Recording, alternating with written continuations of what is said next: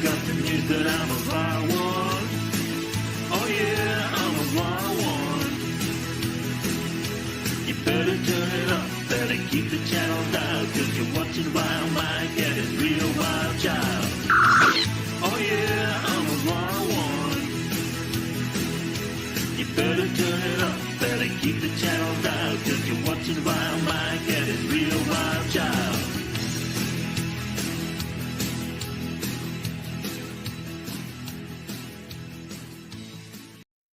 Jafar, buy an SD game swap. Creed. And Danny Lyon, just making sure that's you. Yes, it is indeed me. I was going to turn my camera on briefly, and then I'm like, nah, they can just not let me up if they think it's not me. Well, because it is a CNA stream, I picked up a bottle of this. This is Passport Honey Liqueur. It is a Mexican brand. So let's see how good that works with the coffee. Well, And I was going to. Yes, I'm pouring quite a bit. I was going to say, Mike. I was going to say before you inadvertently cut me off. A man walks into a library, walks up to a librarian and asks, "Do you have any books on Pavlov's dog and Schrodinger's cat?" Well, librarian pauses and says, "It rings a bell, but I'm not sure if it's here or not." Ha ha ha. I'm not Oh, like pretend to laugh at that one. That's terrible. I know. I was trying to remember that joke, then he cut me off. I'm like, okay, damn it. Yep. All right. So as for the name of the stream, Oh, I didn't even see now that. I said blame toxic masculinity. Oh, all right. All right. So as I said last week, I've been watching Once Upon a Time. I finally finished season 2. I'm a couple episodes into season 3. And based on all the flashbacks, the main culprit for every death and bad thing that has happened in the entire series, as far as I can tell, as of right now, is it someone who's only seen the first 2 seasons and about a quarter of the 3rd season, is because of toxic masculinity. All right. Now, let me explain. Have you seen the series? No, I have not. But don't worry about it. I don't care. You can spoiler away. I'm never going to watch it. Elihu, have you seen the series? Once Upon a Time, yes. Okay. The only reason I would watch it is because they film it here. Okay. I like watching shows that are filmed here just to say, hey, I know that place, but go ahead. All right. So apparently the original big bad for the whole series is Rumpelstiltskin. We learn that the evil queen becomes who she is because of her mistreatment by her mother. We learn that her mother became who she was because of her interactions with Rumpelstiltskin. Rumpelstiltskin became who he was because he was labeled a coward for intentionally injuring himself, for not wanting to fight a war. Because he was told that, if he's not around, his son will die, or his son will, something bad will happen to his son. So he was conscripted into an army for a war he did not want to fight, injured himself, got branded a coward, causing his wife to stop loving him, his child to hate him, and his wife essentially leaves him and his child because of the stigma of what happened to him, being married to a coward. And that's what causes him to want to gain magical abilities in order to not be afraid and to not be a coward anymore. And what he ends up getting essentially is some really dark magic that corrupts him and turns him even more evil. So essentially, the primary antagonist for Once Upon a Time, as far as I can tell right now, is toxic masculinity. Okay, wait till season 3. You'll find out it's not Rumpelstiltskin's fault. Well, that's what I'm saying. It's not his fault. No, it's somebody else's fault. The fault, well, as I said, I haven't got that far yet. But if the culture surrounding war wasn't what it was, because again, people were actually looking forward to becoming child soldiers, because the age limit for soldiers was 14. All right. Have you been listening in, NB? Nah, I just got in. I was talking about why I named the stream Blame Toxic Masculinity. I was talking about Once Upon a Time. And as I finally finished season 2, I'm about a quarter to a third of the way through season 3. I can't even remember what episode I'm on. But based on the backstory stuff, and as someone who's only seen up to this point, the main culprit, the main villain of Once Upon a Time, the root cause of everything that's happened is toxic masculinity. Because essentially a character was labeled a coward for not wanting to fight a war that he was conscripted into and didn't want to fight. And because everybody labels him a coward, they treat him like shit. His wife leaves him, everything. So, yeah. And when I realized that, I'm just like, granted, according to Elihu, I'm even wrong on that point because I'm not far enough into the show. But yeah, there's more to the backstory than just that. A lot. Without saying anything, the pen. Yeah. You know what I'm talking about? Yeah. That's why I said, keep watching, dude. I mean, MB knows what I said when I said that word. The pen. Yeah, and that's all we're going to say about that. Wow. You talking about the feather quill? Because they already went through the ink thing. This makes me still not want to watch the show. The whole thing is he was supposed to go into Eli. Was it ogres or trolls? Ogres. Trolls. Okay, either way. Anyway, he's marked a coward because he injured himself, which everybody pretty much figured out real quick that was because he didn't want to go. And nowadays, in any military, if you hurt yourself on purpose, you're still considered a coward according to the military ranks. Everybody else will call you a coward for doing that. Actually, things haven't really changed. Actually, if you cause yourself self-injury to do something like that, you can be court-martialed. Yeah, you're considered a coward and a traitor. I'm like, why would you do that? Yeah, it's still considered that way, dude. Well, but remember, everyone else doesn't know that he's been prophesied that if he doesn't, go back home and take care of his family, his kid would essentially die, or at least that's what he thinks is going to happen. Yeah, there's a lot to that story. But remember, he doesn't really want to fight the war. No. So, and this is the same war where they are conscripting 14-year-olds, child soldiers. Yeah, that was very common in those eras. Well, nobody knows why he did what he did. All they see is he injured himself because he doesn't want to fight. That's considered a coward. Just like today, you don't know why somebody's actually doing it. You injured yourself. Say you got deployed to Afghanistan. You injured yourself on purpose. You don't go. You're a coward. It's the same thing. Nobody knows why you did it. Nobody knows why he was doing it. They just see the face of it.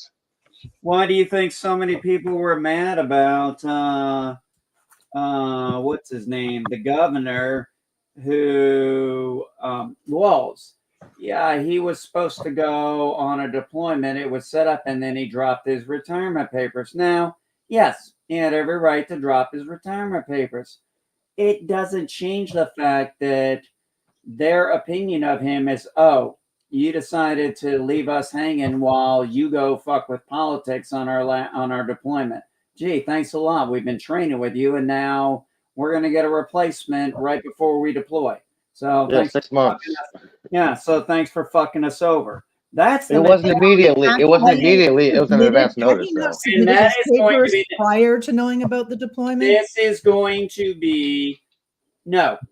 This is Let's not go into politics about it, okay? Because with No, I Waltz, wasn't going is into politics. inherently political. I wasn't trying So- to get political.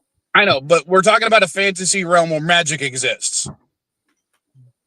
Anyway, guys, I just came in to say a quick hello. I actually need to go out walking because it's supposed to get hot today, and I want to get my walk done early. And then I'm like fucking busy as nobody's business all day. But I do have friends I haven't seen in like 8 years coming through town today, so I'm going to dinner with them.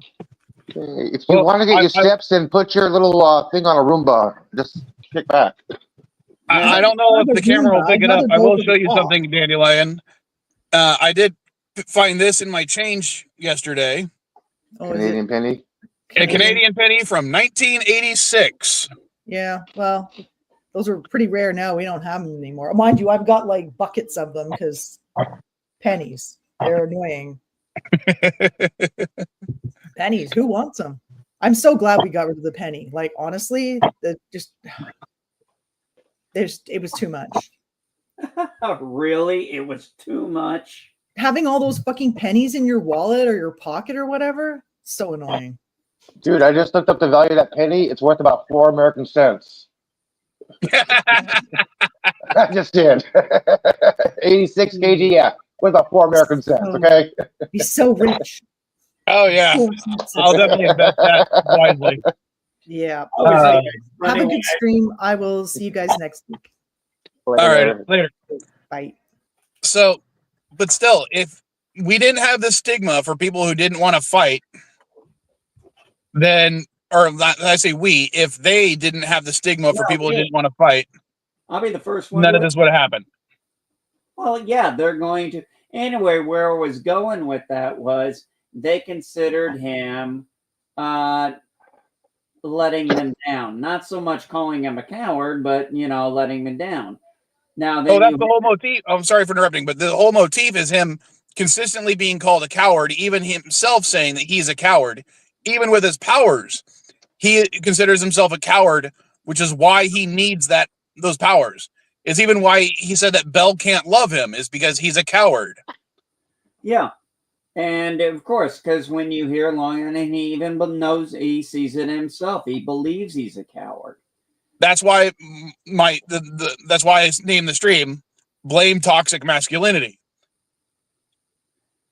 Being a good father was not important to anybody. It was the fact that he wouldn't fight is what was important to everybody. Fighting was intended to be your job as the man is to protect the village and the people in it. That is how it generally works. But they've even back in the early season 2 early season 2 they established, the ogres are back, but they are literally like camping around ogres on purpose because they realize as long as they don't attack and they don't make a lot of noise, the ogres will leave them alone. Meaning that odds are if the people hadn't attacked the ogres wouldn't have been attacking them. And I guess a blood feud kind of occurred, leading to centuries of warfare. Yeah, kind of how shit works out. So again, the main culprit, as far as I can tell right now, as someone who's only gone through 2.25 seasons, you could blame it on the toxic masculinity. And I do want to differentiate the fact, there is masculinity in and of itself is not a bad thing. Toxic is just a descriptor of certain aspects of things we apply to masculinity that can be negative both on the person and on the society. You can do the same thing with toxic femininity. We can do it with toxic youth culture, toxic anything else. It's just, I'm just using that as an example because toxic masculinity is a buzzword, but it's a descriptor that can be applied to damn near anything. Not everything about masculinity has to be toxic. Some of them are very good. In fact, I would argue Rumpelstiltskin wanting to be a good father, first and foremost, is an example of good masculinity. Yeah, just keep watching. Well, as I said, I What do you mean? the caveat I keep making is I'm only so far into the show. Yeah, I tell you something, but I'm not going to. Yeah, no spoilers yet.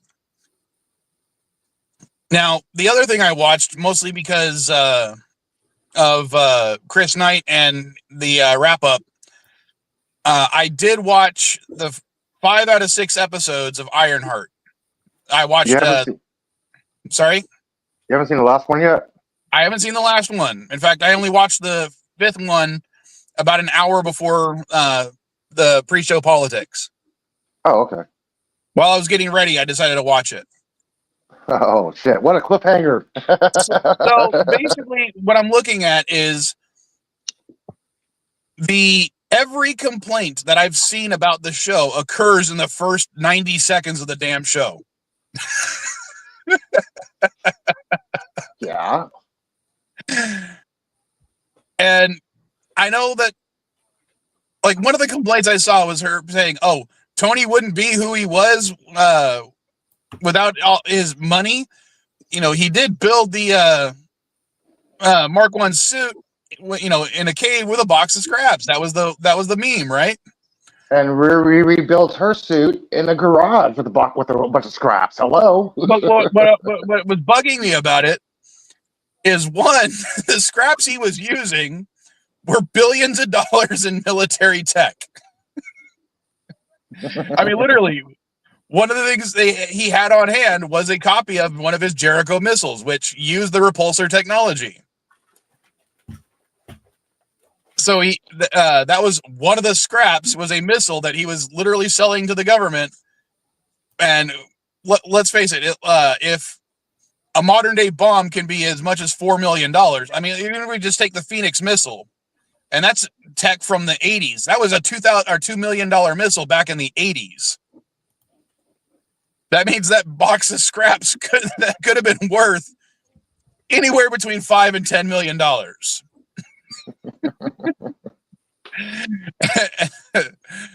So, and even then, the suit he makes only lasts for what? The arc reactor he created, even he says, something really powerful for 15 minutes. Yeah. So, yeah, Tony is smart, but yeah, without the infrastructure available to actually do what he wanted to do, yeah, Iron Man does need the cash in order to function. So she technically is right, and I don't know why it pissed so many people off. I haven't seen the show. I have no interest in it. Well, people are really enjoying it. A lot of complaints I've been seeing is, oh yeah, they're glorifying somebody who's a criminal, who's supposed to be a good guy as a criminal. Wait a minute. Did you guys remember somebody called Scott Lang? Hello? I get that, but a lot of heroes have the criminal backstory. Even Spider-Man. Remember, one of his things was he could have stopped a crime very easily, but he decided, you know, I'm going to let this criminal go because the guy he robbed from pissed me off.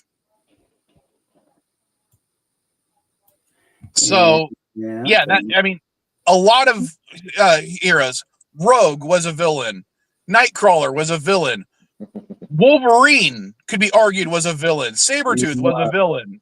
Granted, Sabretooth keeps going back and forth. The Blob at times was a good guy. Killer Croc was a good guy at times. Sandman was a good guy at times. Clayface was a good guy at times. So the scale of good versus bad when it comes to being a criminal is something that happens all the fucking time in comic books.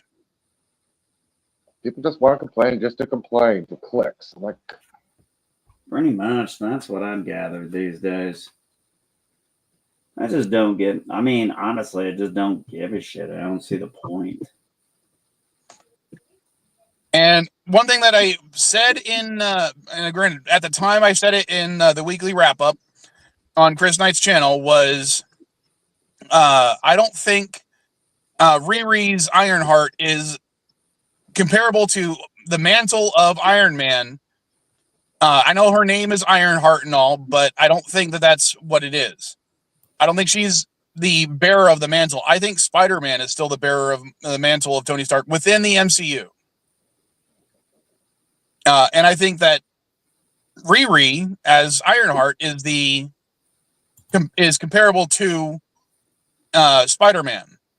Actually, Spider-Man is not the same mantle as Iron Man because he is. Yes, people know that Spider-Man is an Avenger, but he's the most visualized current Avenger right now, besides Sam Wilson. He's the most visualized. He's one of the most out there. You don't see Hulk out there. You don't see Thor out there. You don't see anybody Hawkeye out there. No, Spider-Man's the most visual. That's why everybody's pointing him. It's like, hey, are you new Avenger? What's going on?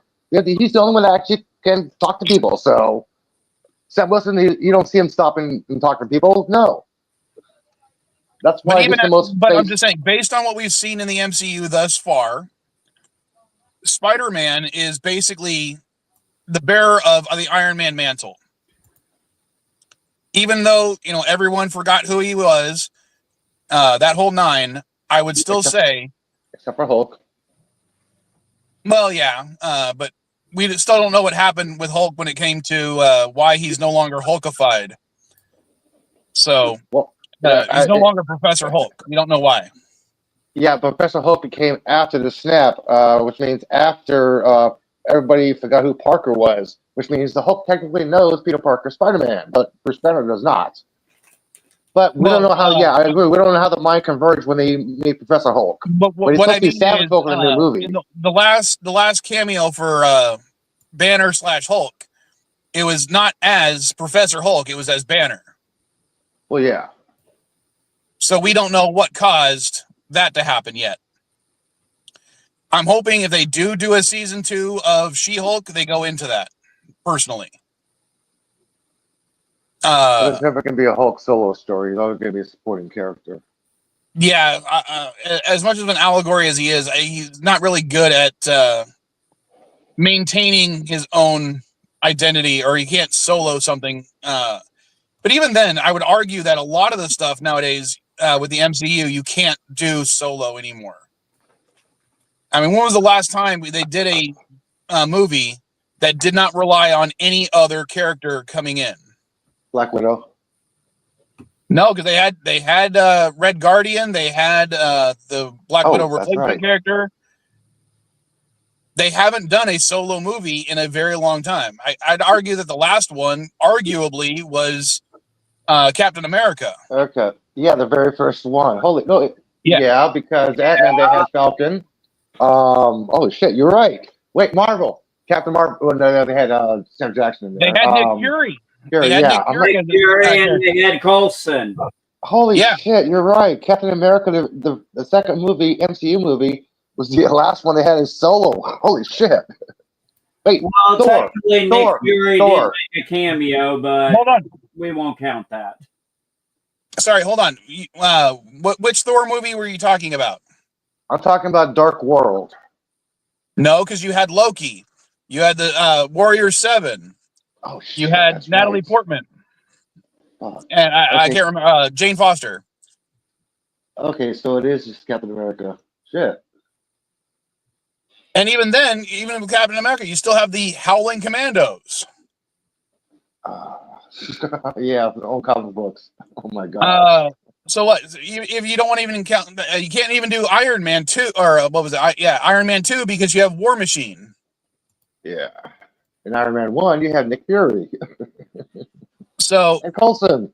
None of these movies feature just the character themselves and their close supporting cast. I would argue, except for Captain America, because I do feel the Howling Commandos fit under his supporting cast for World War II, at least. Yeah, I know Howling Commandos had their own series alongside Captain America. Moon Knight, there you got one on me. Good job, Elihu. I would say that Moon Knight, because they didn't have anyone else, did they? Nope. Good on you for proving me wrong. Thank you, Elihu. Stoner's smoking weed helps in the morning. Yeah, see, it helps in the morning. Mine helps at night. Mine helps at night. So, well, yeah. I mean, the MCU is just so intertwined. I can't even argue about Loki because of all the Loki variants. Yeah.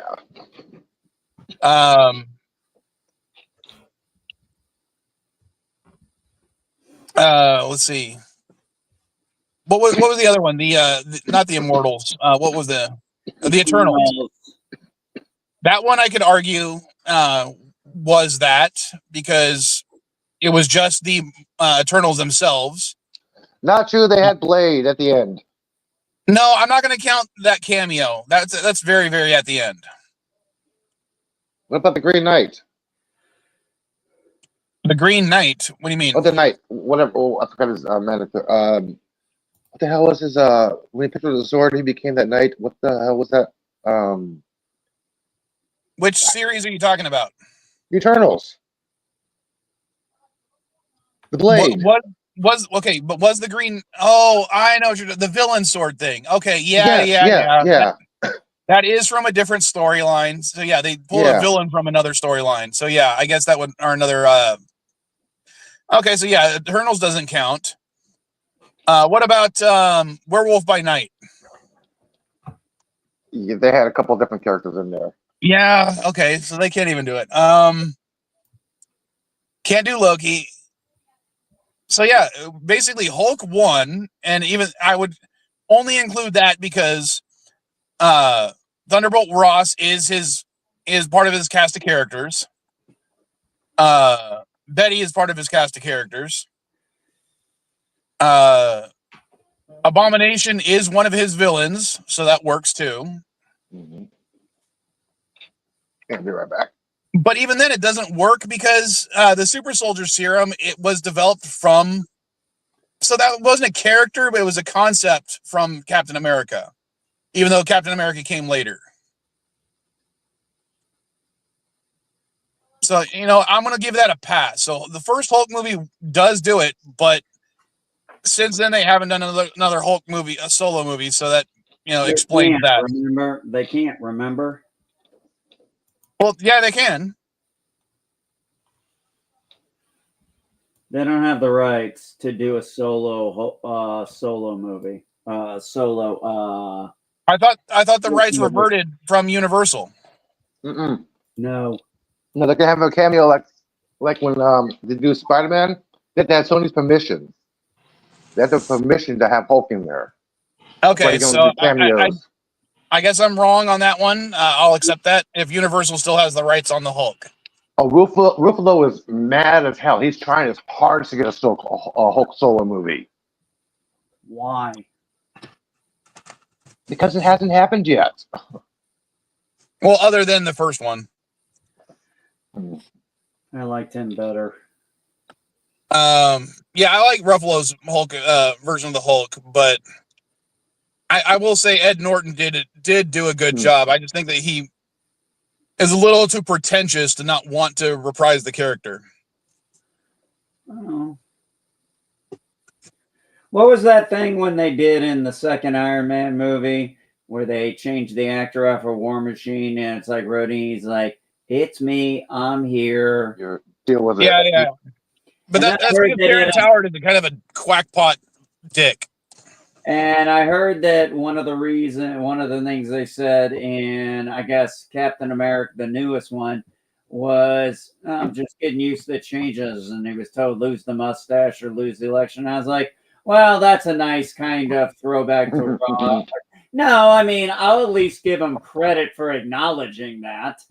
Yeah, but I'm not used to seeing a Red Hulk without a mustache. Yeah, and when I finally saw New World Order, I was really disappointed in it. I mean, the amount that there was no reason to really replace what's his name with Harrison Ford for the Red Hulk. I mean, as I love Harrison Ford. Don't get me wrong.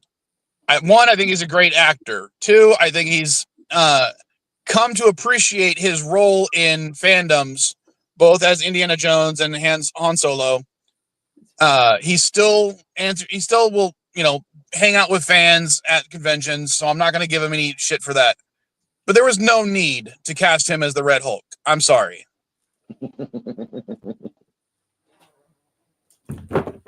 They were doing that just to have another big name on the ticket, and to me, it was stupid.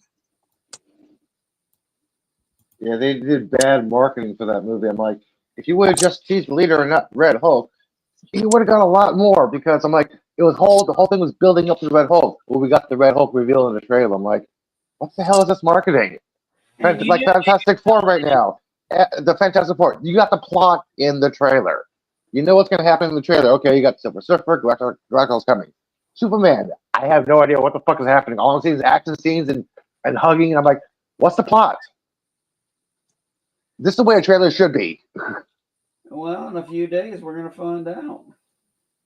I will say, as part of the viral marketing thing that Fantastic Four did recently that I thought was really well done, was they had the aerial guys over New York, at least I think it was New York, do the Fantastic Four symbol with the smoke in the air. Doing that on the 4th of July was fucking brilliant. I mean, come on. I'm not saying it's not. It is very interesting. Oh, finally, I got that list done. Now I got to find the ones that are missing.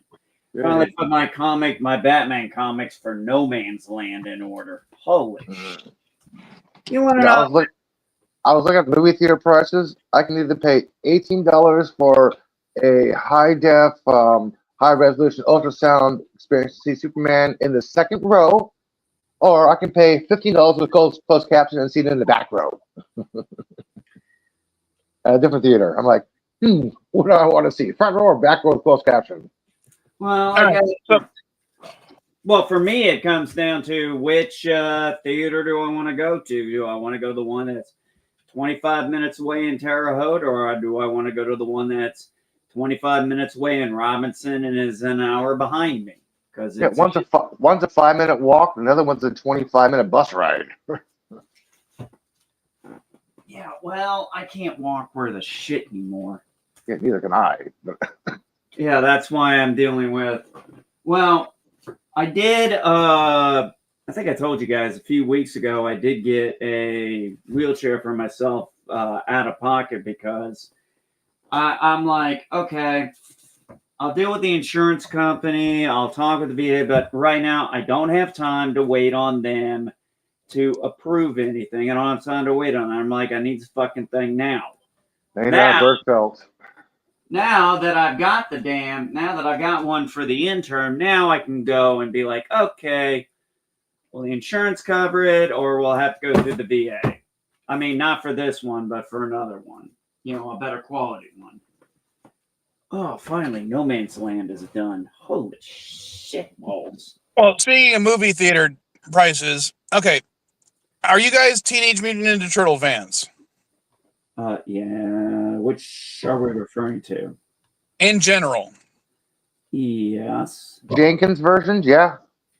Well, the 87. Okay, so yes. Eastman. They're doing.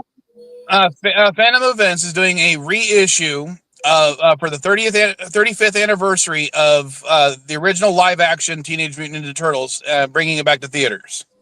Nice. Oh, Hames is back on screen. Cool. So I was like, I want to go see this because I haven't seen it in the theaters in 35 fucking years. I loved that fucking movie. I probably wore out my original copy watching it so many times. I think we all did. So get to order the tickets through Fandango because that's the only service that is doing it because of their relationship with Phantom Events. Is $18 plus an additional fee. So it brings it up to about $25 a ticket. And every theater is charging $18 a ticket unless you order it through Fandango, which is now $25. And I'm like, I don't want to see it for $25 fucking dollars. I can't afford that. Not for, the 2 hours. I might enjoy it for 2 hours, but $25 is a lot of money for someone who makes minimum wage, essentially. Yeah. And Yeah. that means as much as I want to take my kids, I got 4 kids and a girlfriend. That means if I want to take all 4 kids and the girlfriend, Yeah. that's $150 just in tickets. That's not including drinks or popcorn or anything like that. Yeah. And That's how it works. that's going to end up being $200. Sounds about right. That is over a full day's worth of work just to go watch a movie for an hour and a half or 2 hours, whatever. Well, that was it's funny you brought that up because I saw a TikTok video where this guy was answering a question to a woman. And he was like, "Why do Americans get so mad about getting pickpocketed and Europeans don't care?" Okay, well, you see here, lady, is most of us over here, you see, we work by the hour. So let's say I got $50. So say I make $10 an hour, and I got $50 in my pocket. Some guy tries to rob me. He's just not trying to rob me of $50. He's trying to rob me of 5 hours of my day. And it's like I can't replace those 5 hours that he's trying to steal from me. And also, you trying to rip me off in the home with a weapon? Well, I'm like, yeah, when you're working per hour, I told my son, I've been talking about this. I was like, here's how you need to look at something. How much you get paid an hour? All right, now look at that thing and think about how many hours of your day that costs you. All right, how so many days of work it costs you, and decide if it's worth it then. So hold on, let me do the math real quick. $150 in tickets, and let's say concessions will be at least another $7,500. I was gonna just round it up to 50, so we'll say $200. You're being cheap. Now, before taxes, I make about $18.50 an hour. That is almost rounded up. That's 11 hours of work just to go see a movie. No, thank you. And so that's a day and a half of labor. Now, remember, right now I've got 2 part-time jobs and 1 small business that I run. Granted, with the part-time jobs, I'm working about 40 hours a week combined. But still, that means that's literally a day and a half. That's $200 I don't get to spend on, rent or healthcare or food for my kids. Yeah. That $200 will feed my kids for the entire week.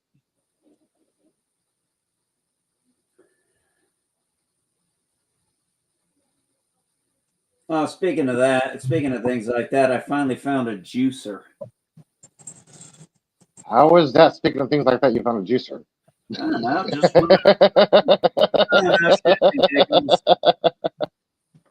Hey, man, it was hard trying to find one of those things in a store. Yeah, how hard it is to find anything in a fucking store, in a box store anymore. Yeah, that's why you don't go to the mall. Everything's online. What's the point? Because I told you, I like to try my shirts on, my socks on, my shirt. I like to try certain things on to see if they're comfortable before I frickin' buy them. Well, here's also the point, Elihu. I don't want to pay certain online prices. Right now, I'm looking for flux. I got to do some repair work on some electronics. I'm out of flux. I need to buy some. The smallest amount I can find is $8 plus shipping and handling, bringing it up to about $12. 10 years ago, I could go to any electronics store in my area, and it would cost me $2 for that amount of flux. But the problem is, a lot of those electronics places went out of business because they all got the flux from China. Well, like for example, I went into Oh, also, I do want to bring this up just for fucking fun. There is a very sexist way the clothing lines are done. I'm going through like Kohl's, for example, and I'm seeing row after row after row, like hundreds of different jean shorts for girls, for women. I go over to the men's section because I'm looking for jean shorts for me and my son. And I asked the lady, I'm like, where are the jean shorts at for men and boys? She's like, oh, right there. It's this little rack with like 5 freaking things of. I'm like, you don't have any more? She's like, no. I'm like, how do you have hundreds of this for girls, but you don't have any for boys? Oh, I'm sorry. I'm like, Oh, do I sound like a little fucking apology? I'm like, damn, I want some men clothing and I want the kind I like. I have to ask, where did you shop? Kohl's. Well, that was Kohl's at that moment. Okay. I don't know about Kohl's. There's plenty of other places that have One been. of the Vile kids wanted to do this, was doing the same thing you're talking about. She wanted jean shorts. And we went to Ross. And we're looking through the jean shorts, but she wants boy cut. Okay. So even though she's a girl, she wasn't looking through the women's section. She was looking in the men's section for her jean shorts. And the same thing you're talking about was happening there. They didn't have a lot when it came to men's, but they had a lot for women's. So I went online and I actually looked up why there were so few there.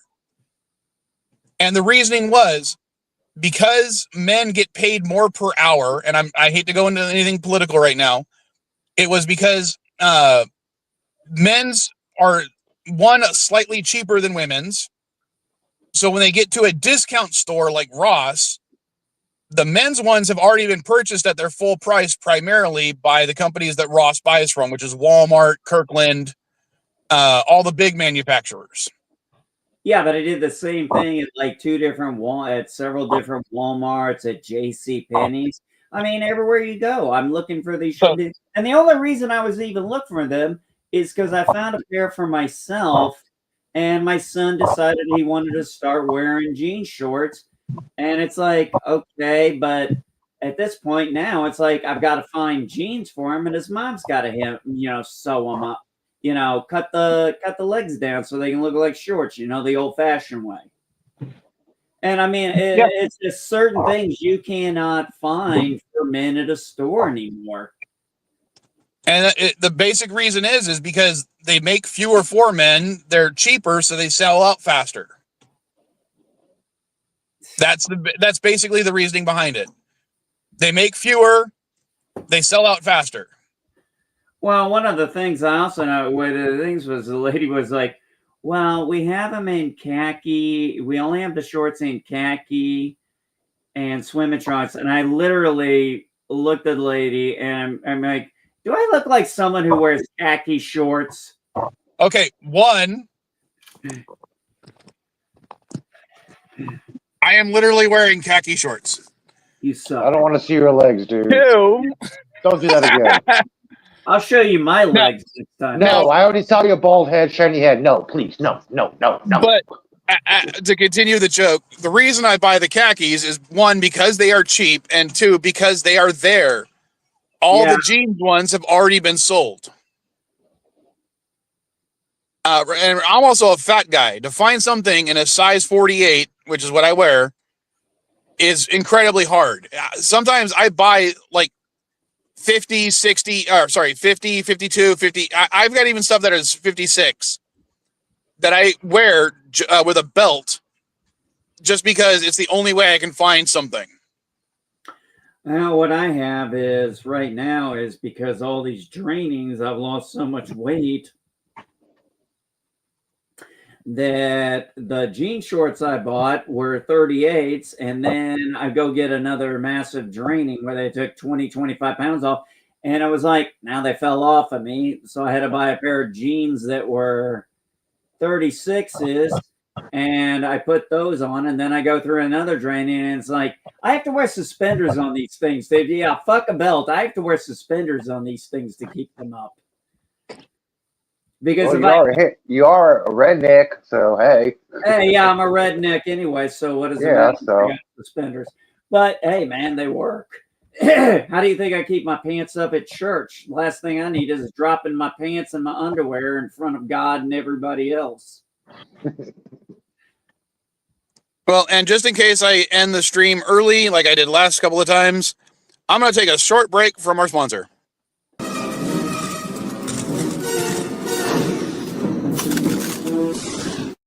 Avoid super battle droids, but not the super deals at SD GameSwap.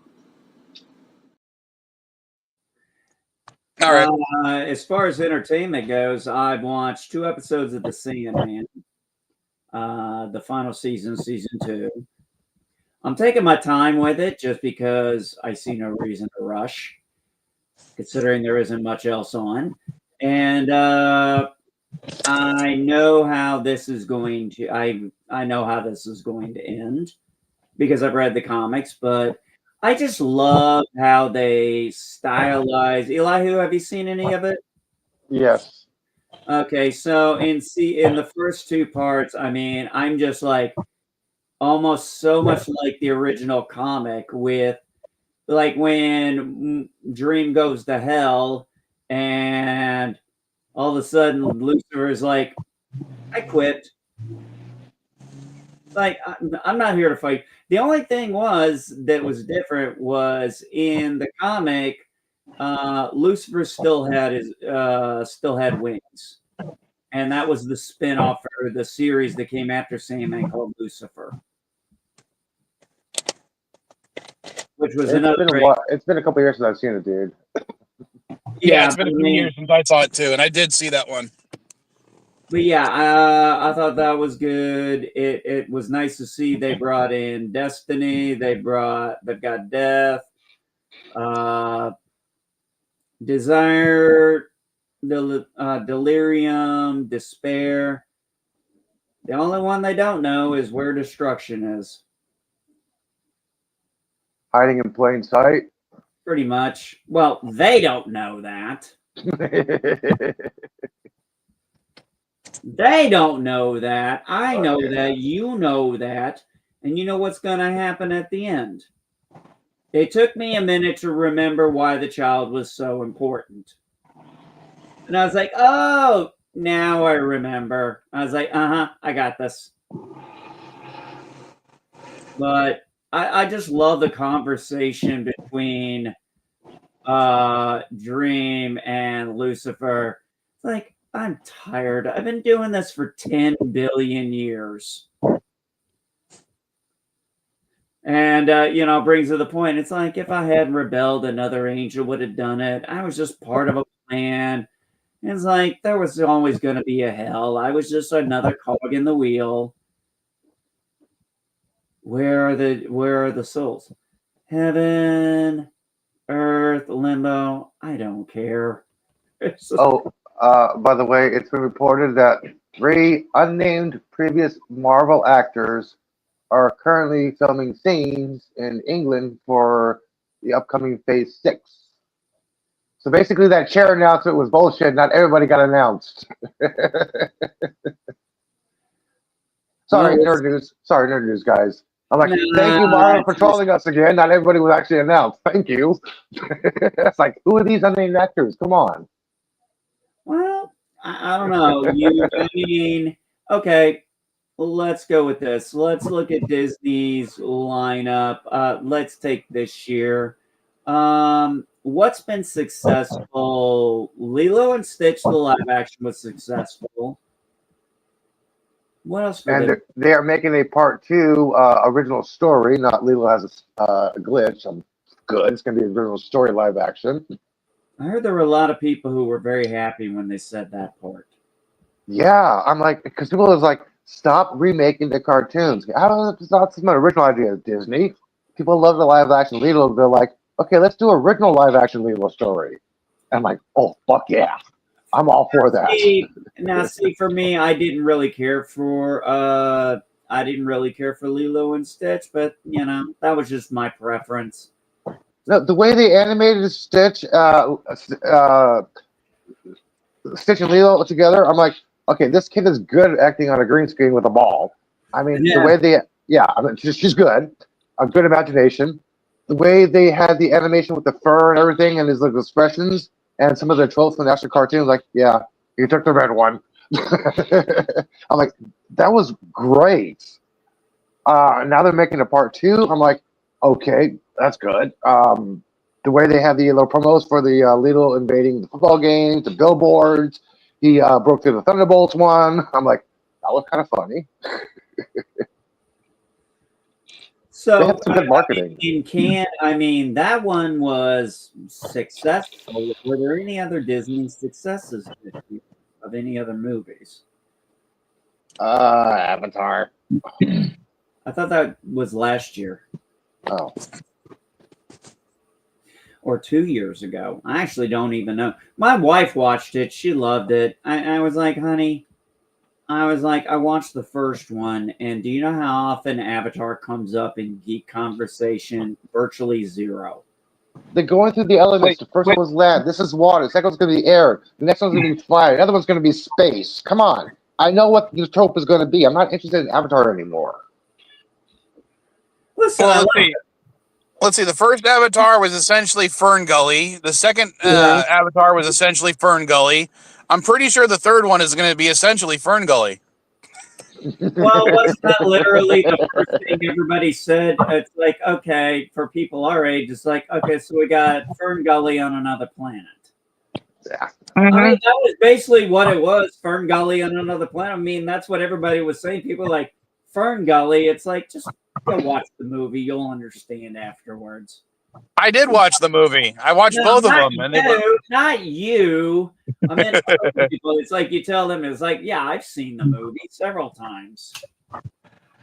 And I'm not saying that Avatar isn't good when it comes to the visuals. They did a fantastic job. I like the alien ecosystem stuff, but the actual plots are just so generic. Uh-huh. And yeah, it's good to watch once. Watching it any more than once, it's kind of defeats the purpose.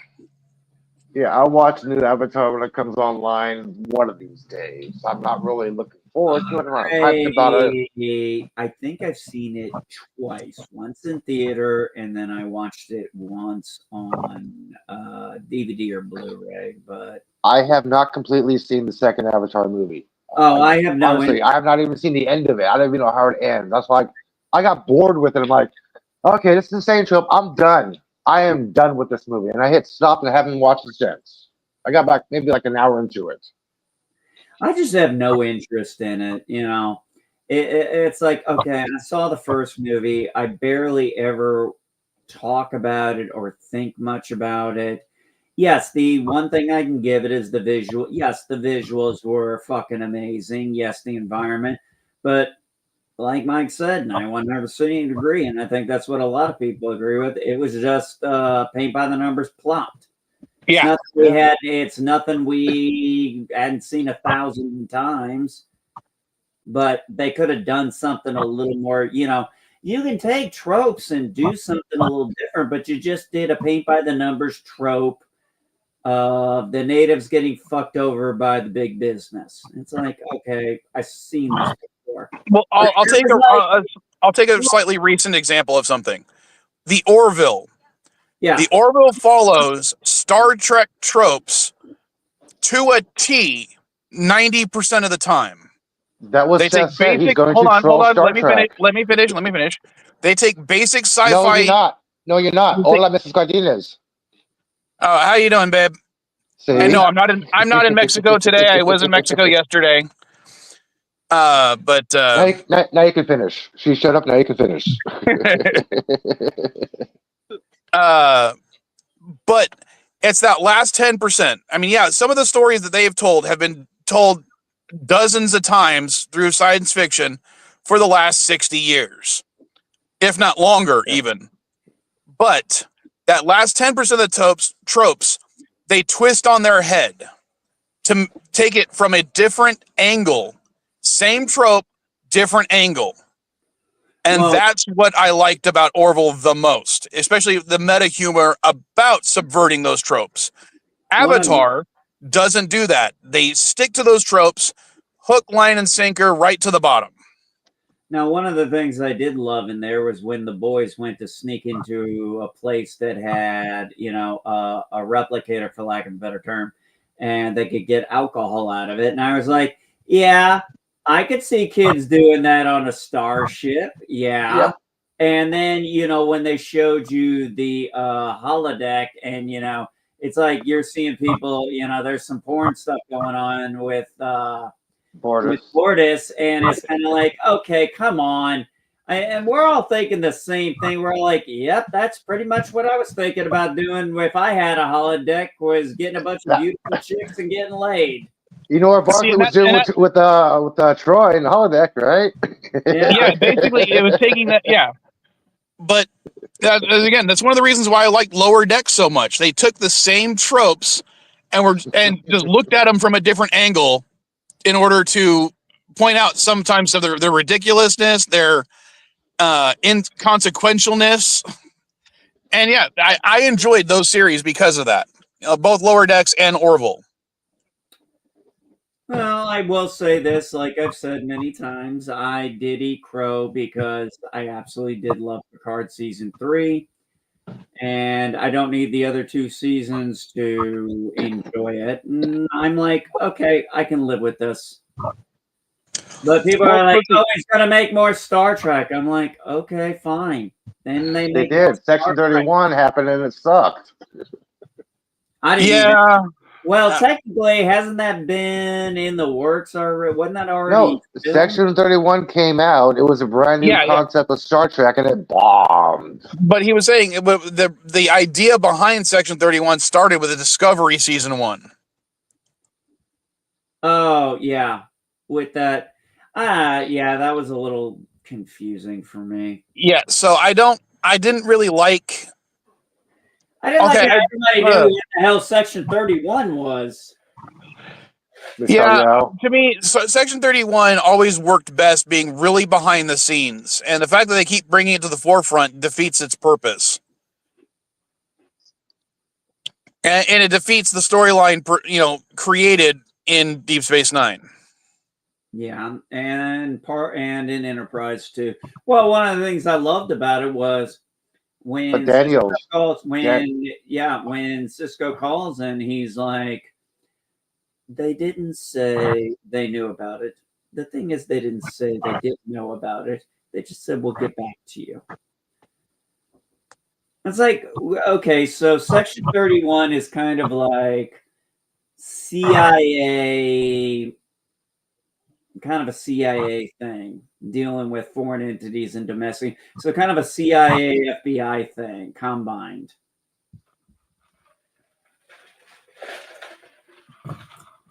Well, it's more of like a black ops CIA, a rogue CIA black ops. Okay, espionage and secrets. Yeah. But it's a black ops thing that still maintains its original goal in order to protect the Federation or to protect the government, essentially. No, they're protecting Earth. Not just make money. They're not just protecting the Federation, they're protecting Earth. No, they're protecting the Federation now. That was made clear in Deep Space Nine. That's right. Yeah, it was made clear in Deep Space Nine, but Section 31 had been around. But Section 31 had been around since Enterprise, Malcolm. Since Starfleet existed. So they were... I wish they had actually, it's too bad. Would have been kind of cool if they had actually had that idea of the Makos all the way back then or something like that. That would have been good because that would have made it a little more realistic on a naval ship, having a group of Marines. Yeah. Yeah, there was a guy, I can't remember who it was, did a bunch of makeovers for certain Starfleet vehicles. Mm-hmm. And one of his ideas was the idea behind the Argo, the dune buggy thing used in Nemesis. Mhm. Captain's Was it was prerogative. that it was originally a Mako ship Oh.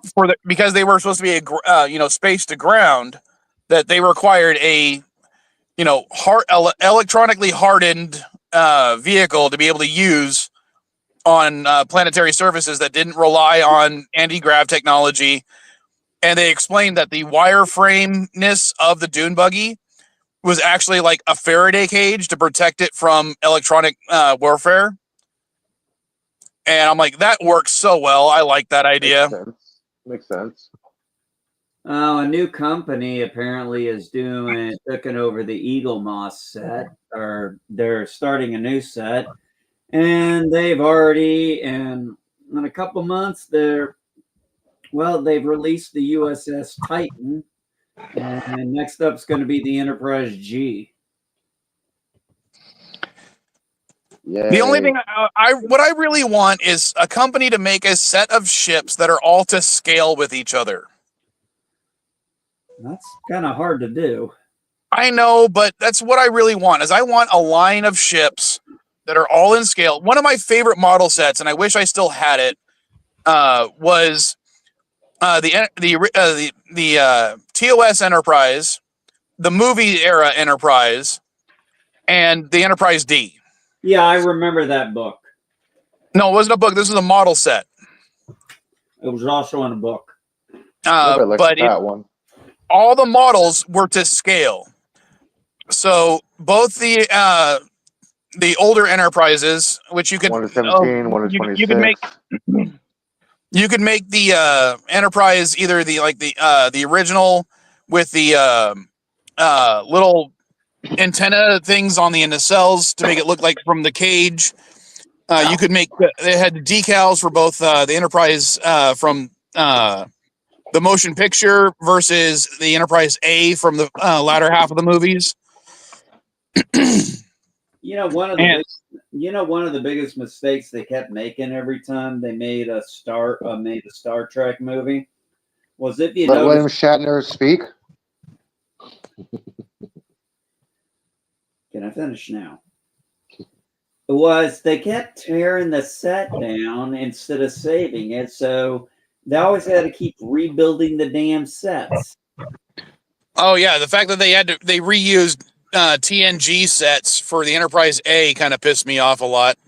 Back in the 5th and 6th movies. And how you doing, Daniel? Come on up if you want to. But as I was saying, with the models, it was right next door, dude. It was convenient for them. So hold on.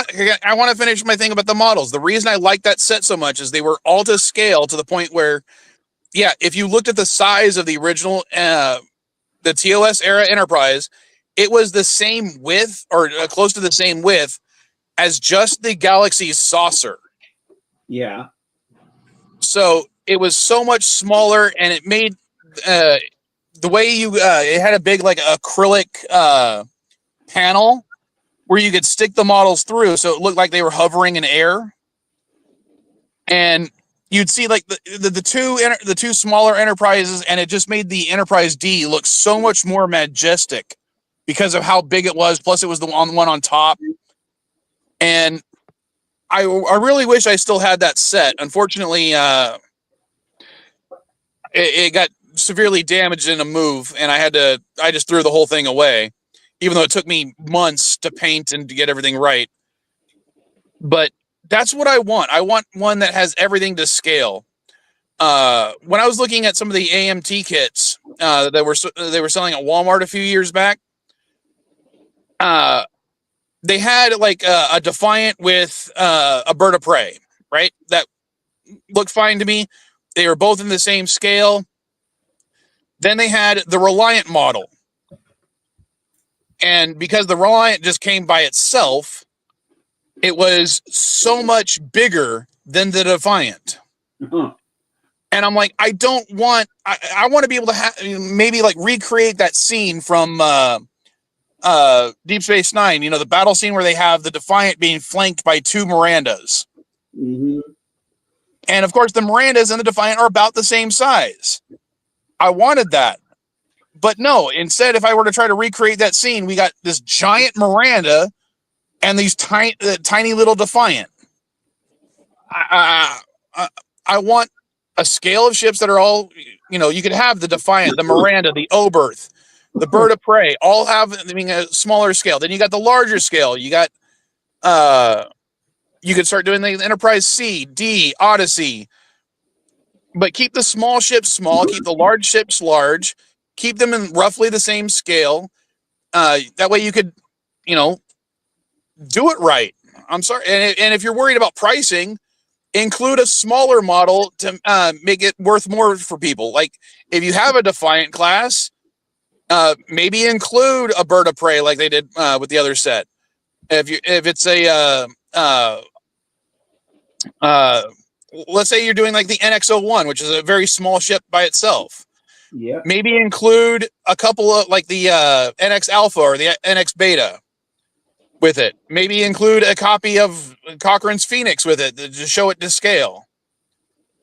You could do all these things to make the price point the same and make people happy. Yeah, I see where you're going with that, and I would agree with you. My issue though is I suck at putting models together. Well, then I would do the same thing with Eagle Moss or whatever the equivalent of Eagle Moss is now. Oh, If you want to keep everything at the same price point, just include extra models that are smaller. Maybe keep them less painted than the main model you're working on. But I just want a line of ships that were to scale. One of the things I always wanted to do was there was a set that was pre-painted, pre-applications for Star Trek Deep Space Nine, where it was the actual station itself. And one of the things it came with was a Galaxy class Enterprise of the same scale. And it even had the little port on the docking ring, the docking pylons, top and bottom, so you could dock it to the station.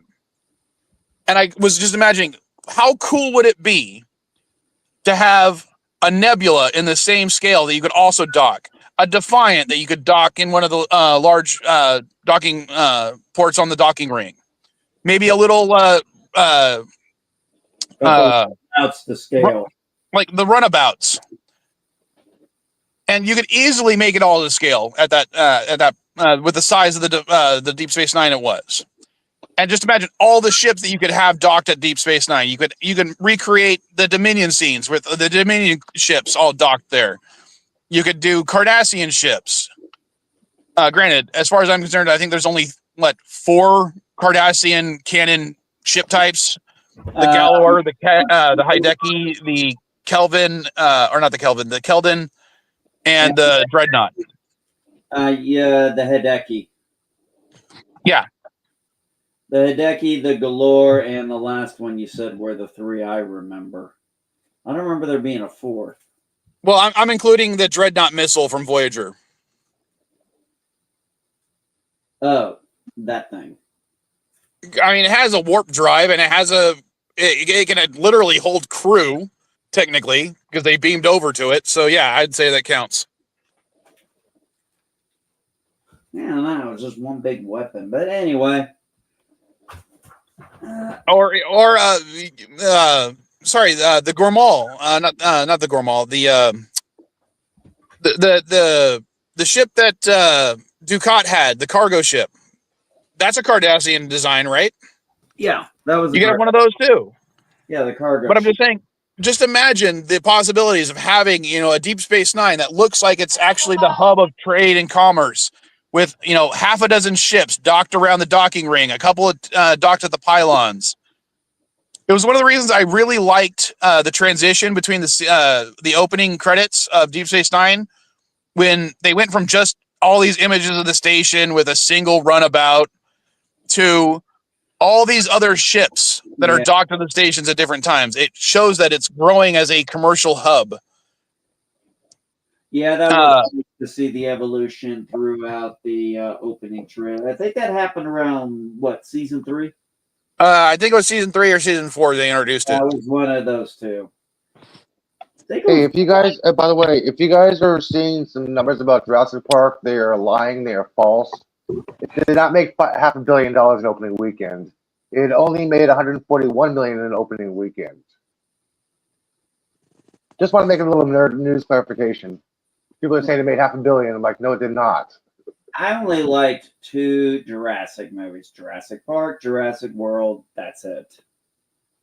And Jurassic Park is still a movie that stands on its own now.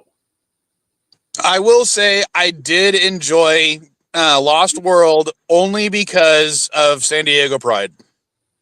That's the only one that did not involve hunting down something that was genetically engineered. Every single one does that. Even this one, I found it stupid. What the hell are you talking about? Of course, it was about hunting down genetically engineered dinosaurs because all the dinosaurs are genetically engineered, and they were literally hunting them down to make a park in San Diego. Altered. No, I disagree with you there. No, The only one that wasn't about hunting them down was 1 and 3. I love it. I love how I saw the honest trailer with this one for Jurassic World. Was that lady who was caught by the pterodactyl? Was her death funny or just egregious and over the top? I was like, nah, it was funny. I'm like, no, it was funny. It was over the top for the amount. Like, she did not deserve a death that bad. How about the guy running with his drink? Yeah. Well, considering that wasn't that what's his name? A cameo from yeah, I forgot the actor's name. No, it wasn't an actor. It was the singer. Fuck, what's his name? Oh, Margaritaville guy, right? Yeah. Yeah. Jimmy Buffett. There we go. I don't know why I couldn't think. God damn, that bugged me. I can't believe I couldn't remember the name. One of the things we did watch on July 4th, me, Mrs. Vile, and my son, because we're the only ones that hung out on July 4th. We rewatched Independence Day because it was free on YouTube. I just have it on DVD. I watch it every year. I just watched 12 Monkeys. I'm sorry. Whoever at YouTube who decided we need to purchase the rights to show this movie for free on our platform on Independence Day was fucking brilliant. I'm sorry. Because, we watched the whole thing. We enjoyed it. My son did try to claim it was boring at times. I'm like, you're literally watching aliens attack an Air Force base. How is this boring? And he's just like, it just is.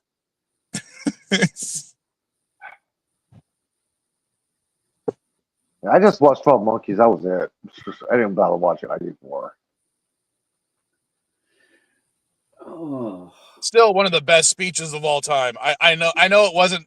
Yeah, I know. Watching reading some of the background stuff about it back in the past, it was like that wasn't the speech that we wanted to have said. That was just what we just put that in there as a placeholder because we wanted to originally try to keep the name as Independence Day because the studio kept wanting to change the name to like Aliens Attack or some other stupid name. So we had that speech in there just so we could justify the name Independence Day. But Bill Pullman did such a good job that we're like, fuck it, we're staying in the movie. I still wonder how the aliens got that footage from the speech in part 2. I did. Yeah, everybody. Yeah, that speech. It was just like, today is our Independence Day. Yeah. Yeah. No longer will the 4th of July be known as an American holiday. I can almost quote that thing. Yeah, I think we all probably could. I mean, it's one of the best speeches. It's one of the best rally speeches you've heard. It's like, damn.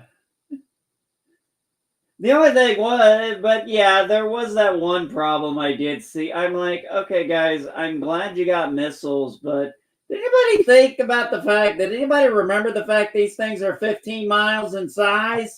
Oh, one of the things that I pointed out to Mrs. Vile when we were watching it was when the B-2 Spirit launches the nuke at the one of the city ships. Yeah. The tank? And no, not the tank. I'm talking about the city ship. The tank was that they used as a hardened vehicle. It's designed to, be one, it's on the ground, and two, it's designed to survive the EMP burst. Yeah.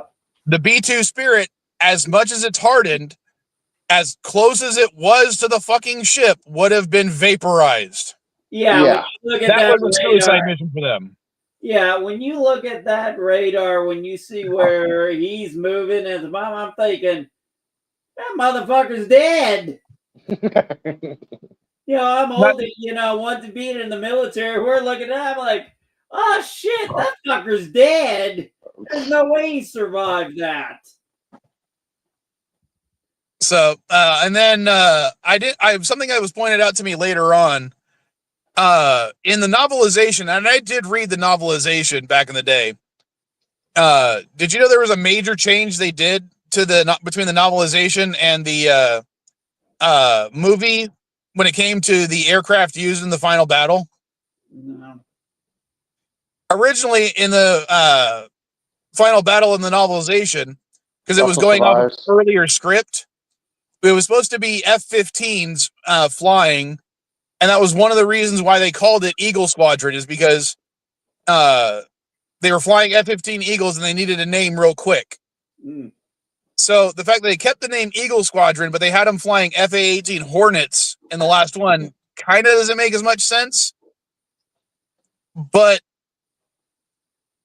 I don't know. It was just something that stuck out to me, because I'm like, I was looking at it, I'm like, those are still F-15 Eagles, but no, when you actually look at it closely, half the models are FA-18s, and it was because that was the CGI model they had on available. I do love Will Smith in that movie, man. It's like, oh yeah, look at you, shit all banged up. Who's the man? Who's the man? When I get to the ship, I'm gonna line all your friends. Where you at? Where you at? He looks at it, he sees guys, he's like, boom. Welcome to Earth.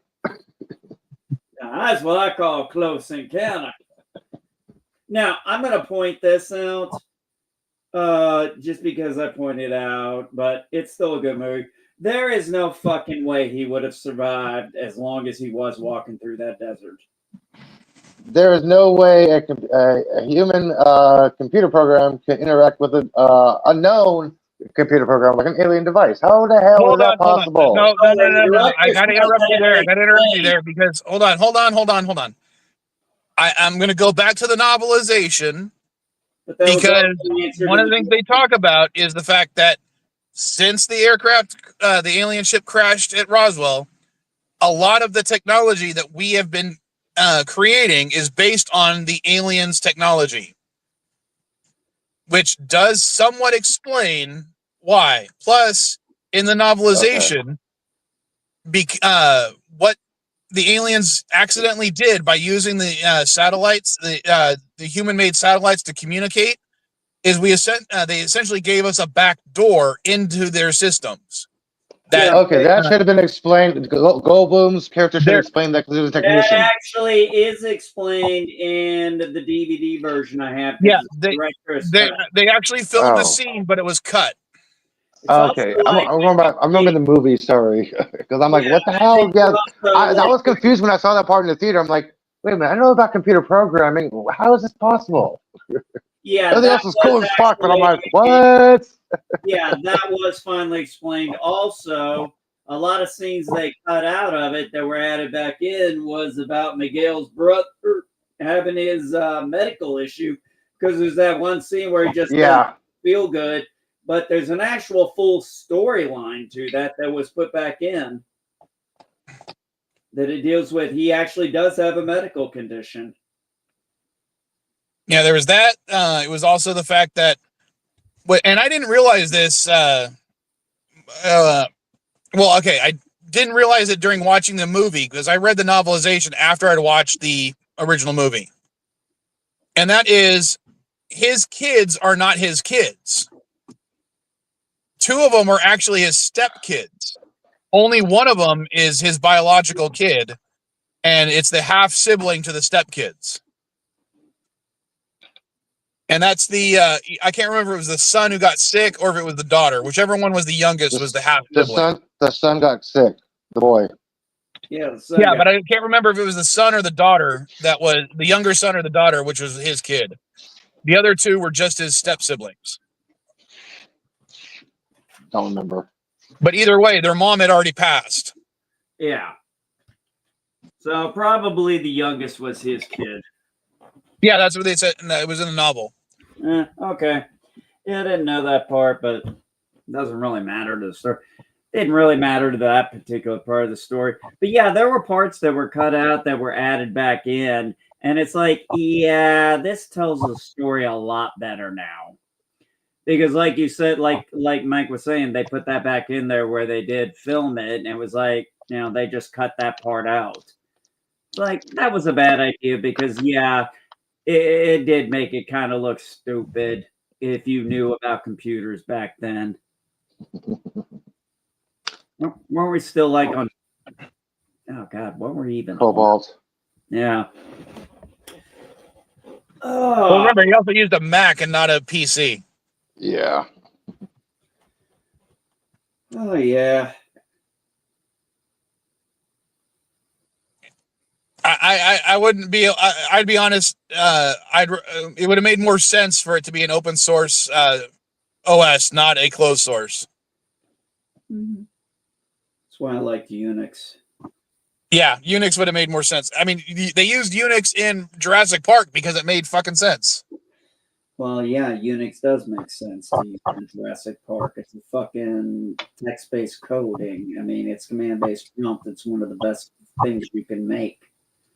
People don't understand. If you know how to use command prompt, you can really do some shit with your computer.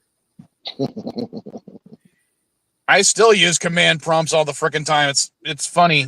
Like, I'll try to explain to my kids to do something, and I'll just tell them the keyboard commands, and they're like, "What are you talking about?" Yeah, and I hate when they change keyboard commands. Adobe just updated, and they changed some of the keyboard commands, and I keep doing shit that I didn't want to do. That's one of the reasons why the last Vile review, which I did post last week, if you haven't seen it already, go back and watch it. And because when they updated the thing, I realized afterwards, because of some of the keyboard commands I was entering, I deleted about 2 minutes on accident of stuff that was supposed to be in there. And I had to go back to like 3 or 4 previous builds of the thing, because the way I edit, because I can't just, my computer is, even though it's a gaming computer and it's got a decent GPU, if I try to edit it all together at the end, it'll take like 4 or 5 hours to render. But if I do it in chunks with each iteration, it'll take like 15 minutes. That's why I prefer iMovie on Apple. No, even if I were to do it on iMovie, it would take just as long. Oh, I love iMovie. Especially iMovie. iMovie sucks. I love it. It's very inferior to Adobe or DaVinci. Sorry, I prefer iMovie over DaVinci. That's because you have brain damage from all the weed. No, I have Dane Brownage. You mean Dan Brownage? Yeah, Dane Brownage. I gotta go get a draining tomorrow. I gotta finish. I started a game last week where we figured out. I said I picked how many liters I picked the number of how many liters. I said, you want the over or the under? She took the over. This time I'm going to do the 5-point spread. Basically, well, I pick a number, and then the 2 numbers before and the 2 numbers after, you win. Ah, and that's just something fun to kill time when I'm getting drained. I did buy. I bought a tablet yesterday. Finally, I didn't get anything name brand because I have two apps that I want to use for my reading. One is I have a subscription to Marvel Unlimited. Problem is, Kindle does not. Marble Unlimited? Yeah, Marvel Unlimited, the You comic. said marble.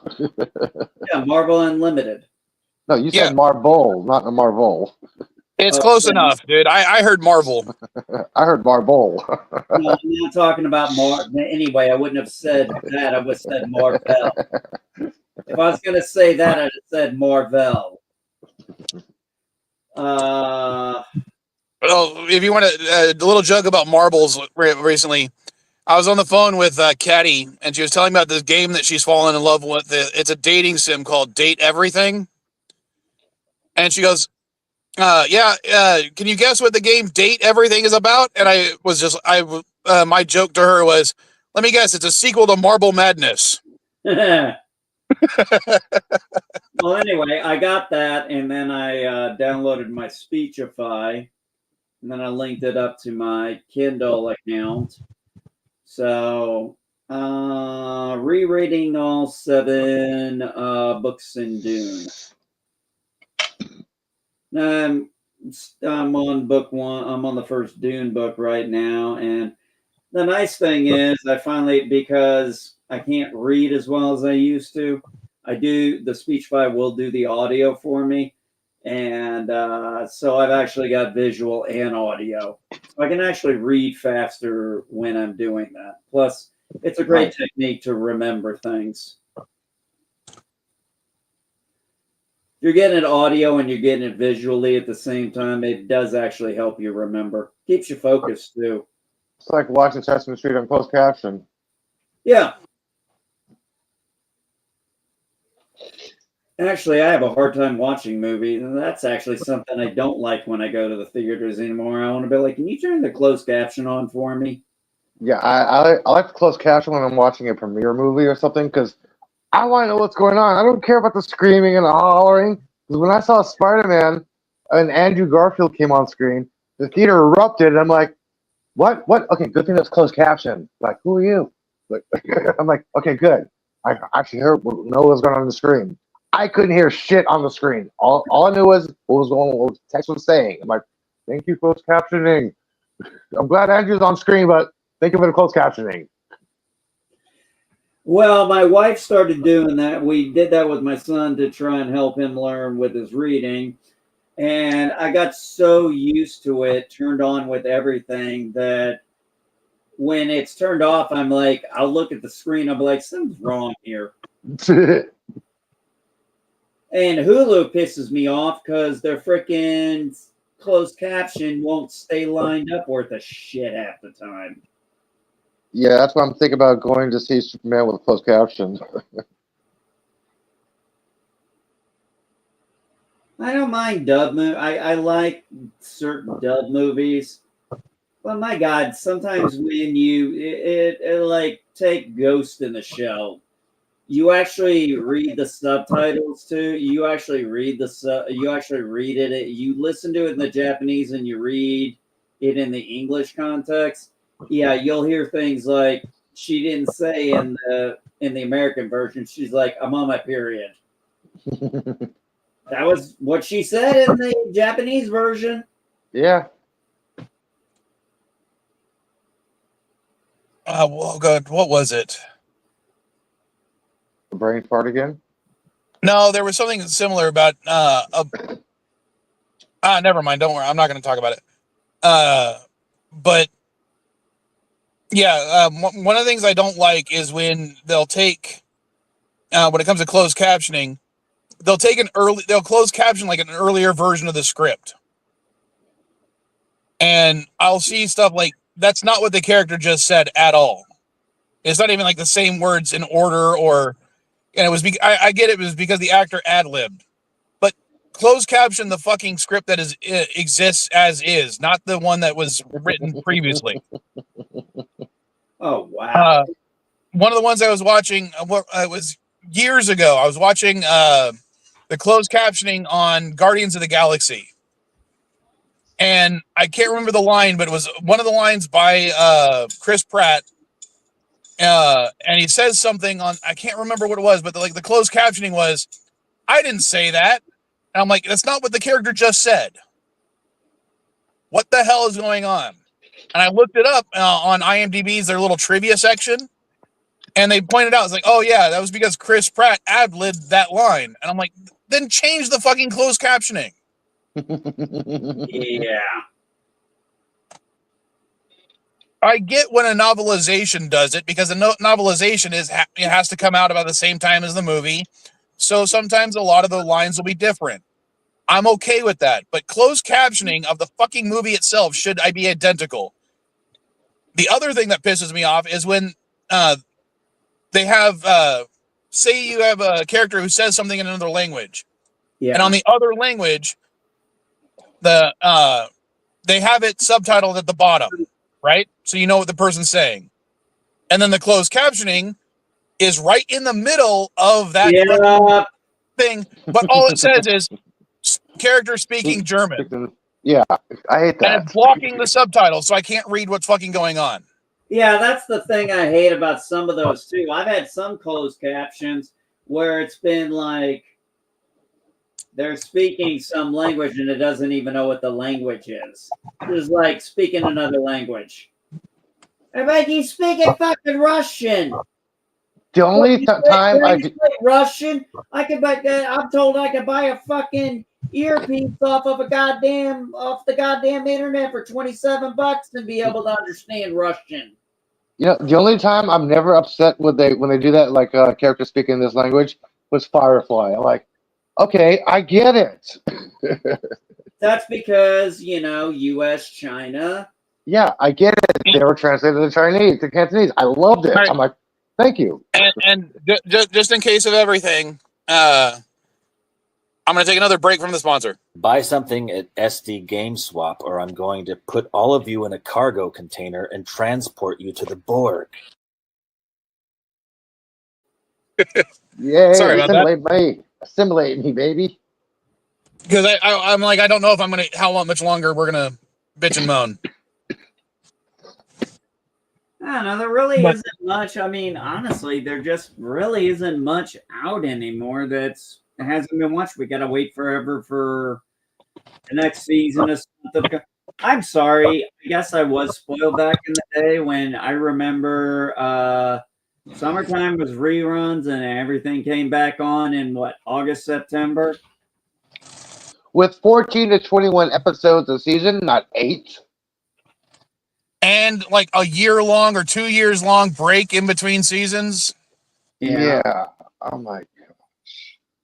Yeah, and it's like, well, so when they're like, well, what happened with people wanting to watch Stranger Things? It's like, you waited 3 fucking years. It's like Orville. Hello. Oh God, don't. The kids are already growing up. The only way to do that is do a half-time dilation experiment on some other planet they got to solve.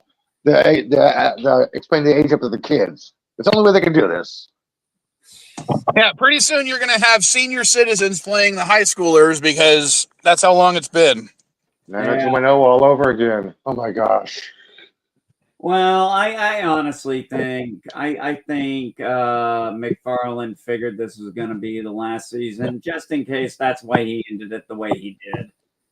Just in case, hopeful, but there was left opening for another season, which still to this day can't figure out why the fuck they didn't do it. Season 4 is still up for grabs. It's not been canceled. It's still not been given the green light. It's still up in the air. Yeah, that's assuming you can get these people back. Oh, yeah, they all want to get back. Jay wants to get back. Andrew wants to get back. Scott wants to get back to it. Claire, what's her name? Yeah, she wants to get back. Michelle, she wants to get back. Yeah, people want to get back to the Orville. Like, yeah, we had fun on the show. Let's do this. But they're waiting for the executives from Netflix or whoever has the rights for it now. Amazon Prime. Amazon Prime. Yeah, they're waiting for the executives from producers from Amazon to say, okay, Seth, green light. then he's going to get shit together immediately. That's Seth. He will stop his concert in LA and immediately go to work on the Orville.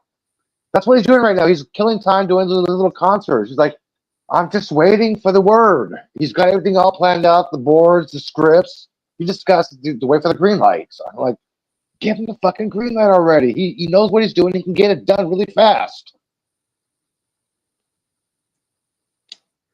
I'm sorry, I'm done ranting about Orville.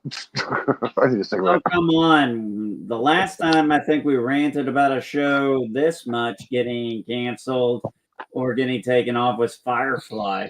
That was the one everybody was most angry about. Now it's like, hey, come on, man. You gave us 3 seasons of Orville. Not enough. We're a little junky now. We need some more. Light as a feather, stiff as a board, my ass. Well, one of the things I'd like to see, and Disney owns it now because they bought Fox back, so let's go ahead and see it. I want to see another a reboot or a continuation or something with Power Rangers. I realize the feature film kind of flopped. I mean, it worldwide it did great. In the US, yeah, it kind of flopped. That's because I think they changed it too much, and it does fall under the they changed it, now it sucks category, even for me. Some of the changes I did like was the way Bryan Cranston did Zordon. I liked the new Alpha 5. I did not like the Zords or Goldar. Yeah, Goldar was stupid. I did think the Krispy Kreme, my product placement, I didn't care. I thought it was fine. I know it pissed a lot of people off, but sometimes some blatant product placement works, and I thought it worked for what they were doing. And to point out a recent example, the Honda Odyssey and Deadpool and Wolverine. Blatant product placement worked really well because, one, Daredevil makes fun of it, and then he's like, hey, this actually is a good vehicle. Yeah. That made it work. Mike, I got an update for you. In July 2025, available on YouTube and Netflix, they are relaunching a remastered relaunch of the classic series, enhanced with updated visuals, possibly using AI. That's the only update on the Mighty Morphin Power Rangers I can find. I did see that, and I thought they were gonna. It's what they're gonna use. They're not really using AI per se. What they said they were gonna use was AI programs to basically do a artificial and HD update, kind of like how they did for Star Trek: The Original Series and Star Trek Next Generation. That was all done by hand. They're just going to use a computer to upgrade it to HD. That's basically it. I would hope they would still have some manual adjustments made because, let's face it, AI kind of fucks up some certain things. And the last thing I want to see is suddenly the Power Rangers lose a finger or gain an eye in certain scenes just because the AI couldn't tell the difference between a jewel on the forehead and an eyeball. Now I have a question here. I know the standard term for AI is artificial intelligence, but if I'm not mistaken, that's not what this particular AI stands for. It's called something else, I thought. Hey guys, I got some news for you. I just put in the chat.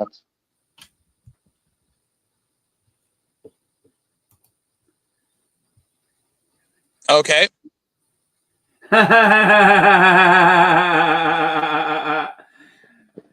They had to do that right after Death Battle does their Coyote versus who was it? It was Wile E. Coyote versus another cartoon character, and I can't remember who it was now. Fuck. That's almost funny. I saw a T-shirt with Wile E. Coyote on it doing his painting on the wall thing, to painting the tunnel. And they said, nobody ever gives the Coyote the appreciation he deserves for his fine art.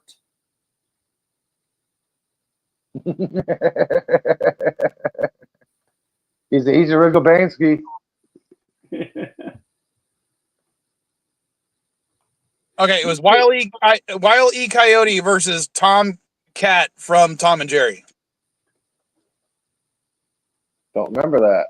It was last month.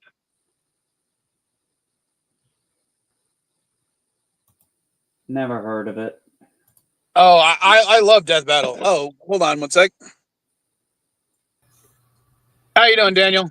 Hi, how's it going? Hey, Daniel. What's up? Don't know how much longer we'll be on, but I usually go between an hour and a half and 2 hours on this stream. Okay. So, I heard you were talking about Power Rangers before. Yeah. I love that movie. Okay, which movie are you talking about? Well, I think the reboot, the 2017 one. Okay. Are you like me at least where you hated the design of the Zords? Pardon me. Yeah, they were cool. No, I hated the design of the Zords for the reboot movie. I thought they looked stupid. I realized they were supposed to be like alien beasts instead of dinosaurs, but no, I wanted them to be the same thing they were in the show. Don't have it be an alien mammoth. Have it be, with 6 legs. Have it be the actual mammoth. And why the hell did they change the placement? Because the mammoth becomes one of the legs in the original Mighty Morphin Power Rangers and Zoo Ranger. They form the arms. Why did they have to change that? It makes no sense.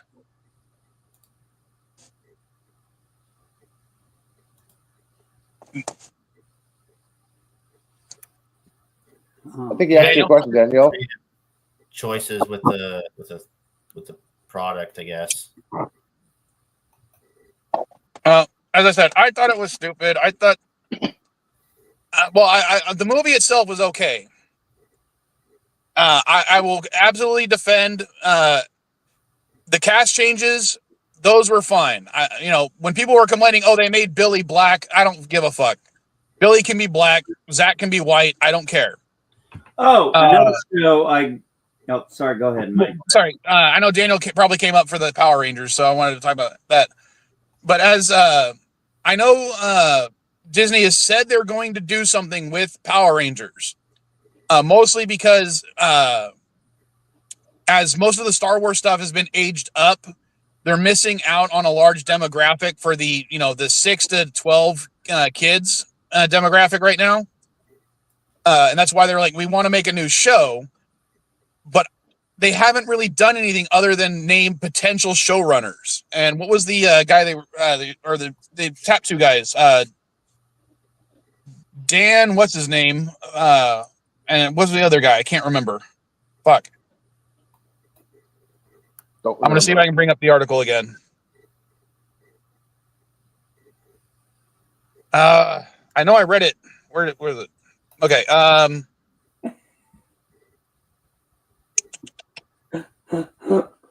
Jonathan E. Steinberg and Dan Schatz. So far, those are the guys tapped to potentially reboot the series. And they're the guys that made the Percy Jackson and the Olympians movies. The other thing I'm looking forward to rebooting is Spaceballs 2.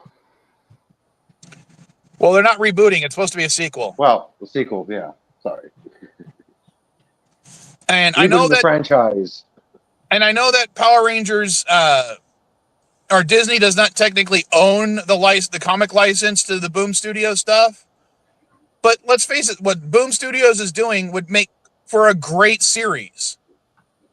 And yeah, you might have to tone it down a little bit for the kids because the comic book series is a little bit more cerebral. They make the body's original silver bodysuits. that was practical. Let's do a Shattered Grid storyline for an entire season. Why not? Oh, so you actually brought up something. No, hold on, I'm asking Daniel that. Why can't Disney just take the Shattered Grid storyline and make a season of Power Rangers based on it? Yeah, that'd be kind of cool if they did that. And I know David Jason Frank passed away. But you could easily hire a new actor to play Tommy. Yeah, totally. I don't know about the not the Cosmic Rangers. What's the one that Boom created? The Solar Rangers. There we go. I don't know if I like that storyline, but Boom is doing a whole lot of other things they can easily come with. And with the Shattered Grid, bring back other Ranger teams. You can bring back the Time Force Rangers like they did in Boom. You could bring back other teams, or even individual characters, actors that are willing to come back to reprise their roles. I want to see more Carter Grayson. Come on, let's bring back Light Force Red because he was one of the best Red Rangers of all fucking time. This is all way out of my scope. I know Elihu and me are like, who the fuck are you talking about? What? I was too old for Power Rangers. Well, when me and I'm a little old. I primarily stopped watching Power Rangers after season 6, which is the in space arc.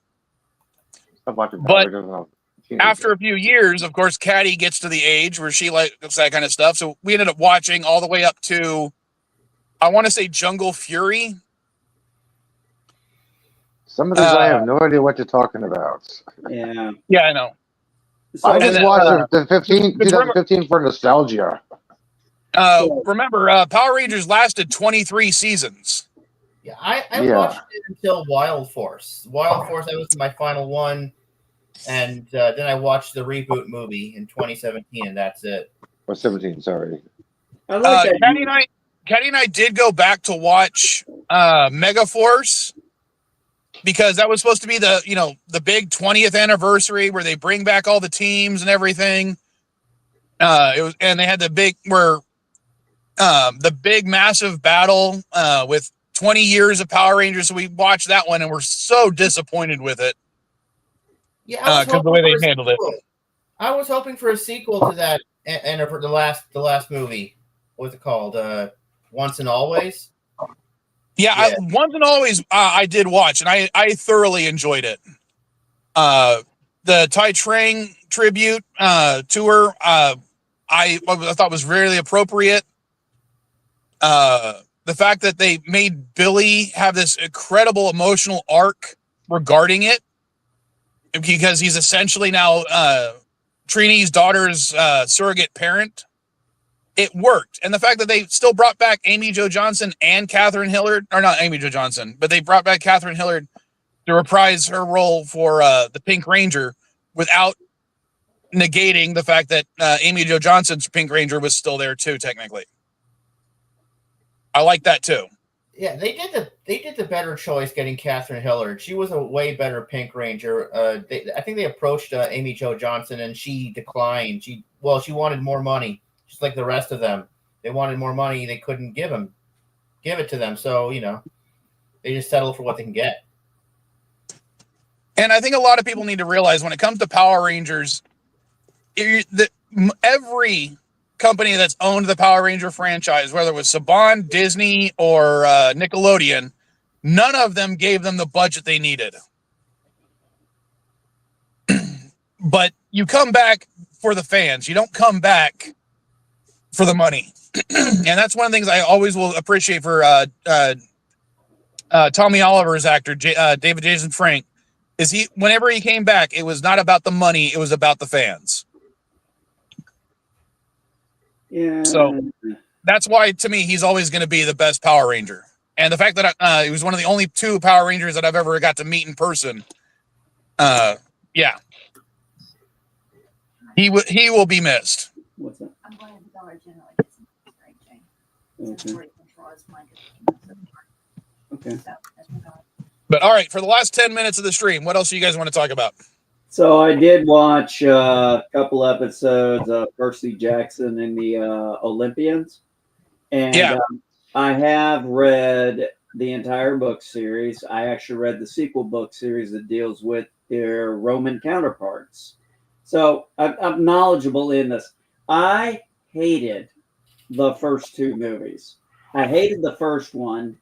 I told my wife, I was like, this is not, I said, this is just, I'm like, okay, I get it. He's got instead of the pin having a cap, you can click on it. But I'm like, okay, that was kind of dumb. Because the point is, the damn thing always ends up back in his pocket anyway. So it doesn't matter if he loses it or drops it; it always ends up back to him. The character they got was just the characters they got to play the parts were terrible. Nobody really acted like they were. Like they should have been in the books. And then I watched the first 2 episodes of Olympians, and I'm like, this is taking place over the first book. And I'm already 2 episodes in, and I'm like, yep, boom, yeah. Yep, I know this scene. Yep, I know what's going on. Yep.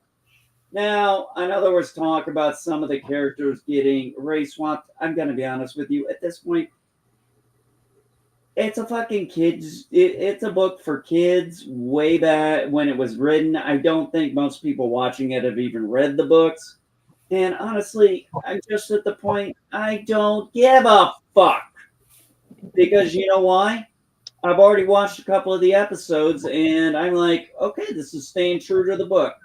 What do I give a fuck if one of the kids, the only thing I'm a little pissed about is I'm like, okay, what do we got against redheads? Because one of the characters is supposed to be redhead, and I'm like, why do we gotta always have a thing against redheads? That's always funny? You got to blame Dandelion Fluff because she's the leader of the Ginger Cabal.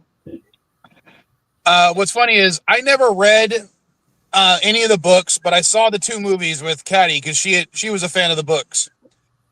And as someone who never read the books, I did enjoy the first movie. The second one, however, I thought was dumb as all hell because it seemed to make a lot of the weird decisions regarding mythology. And when I was pointing that out to Caddy, she's like, "Yeah, they're not even following the books anymore." The lotus flowers. Oh my gosh, what the hell was that? Yeah, so I'm like, I was literally ready to lose my mind. Oh. Man, they didn't explain they didn't even explain into it. They just said, "Oh, the gods can't have kids. The gods can't have some." Okay, no, it was originally stated in there. Yes, gods had demigods. Here was the thing: there came a point where the 3 Olympians, basically Zeus, Poseidon, and Hades. They all said that having a demigod by them could be too powerful, so they decreed not to have any more children with mortals. And of course, Zeus is the first one to fuck that up. Makes sense. So of course Zeus does it. So of course Poseidon does it, which is where Percy comes in. I'd tell you more, but there's yes, there is a son of death in there, or Hades. And like I said, as I'm going through this and I'm reading and stuff as I'm watching, I'm just like, yeah, this is how I remember the book. And it has the guy in it who is they got him in there as producer. He's part of it. I'm like, and the whole season's taking place over the first book, and I'm like, yeah. You can't cram that first book into just one. But that's some of the problems they have with that shit. Like for example, if you're going to do Legend of Zelda, my whole thing is I'm good for maybe a 1 movie, but then it really worked better as a streaming series. So kind of like when they do in the Harry Potter, when each movie was correlating with the book. The series is supposed to expand book 1 into a whole season. That's what they're supposed to be doing. Yeah. Even though I won't be watching Harry Potter when it comes out. I'm curious how they're going to do that. Well, if you're going to do it in the series format, that I would be interested in seeing. Oh, do y'all remember something that happened? Yeah, is Harry and Ron going to be gnome picking like that was cut out? That's the funniest scene in the book. I'm like, I want to see that in the movie. Are they going to show that in the show? Oh, right. I forgot about the gnome picking thing. Yeah, a lot was cut out from the book to the movie transfer. I'm like, hopefully they will actually expand on some stuff that was cut from the book. from the movie that was actually in the book. Well, they did a good job on the movies, but yes, I would be interested to see a series like that. You know, okay, we're gonna do season 1, book 1.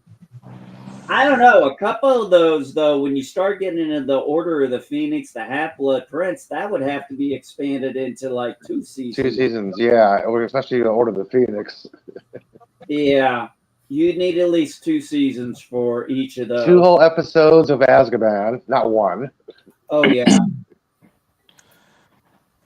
Yeah, I'm a pothead both ways. You would need.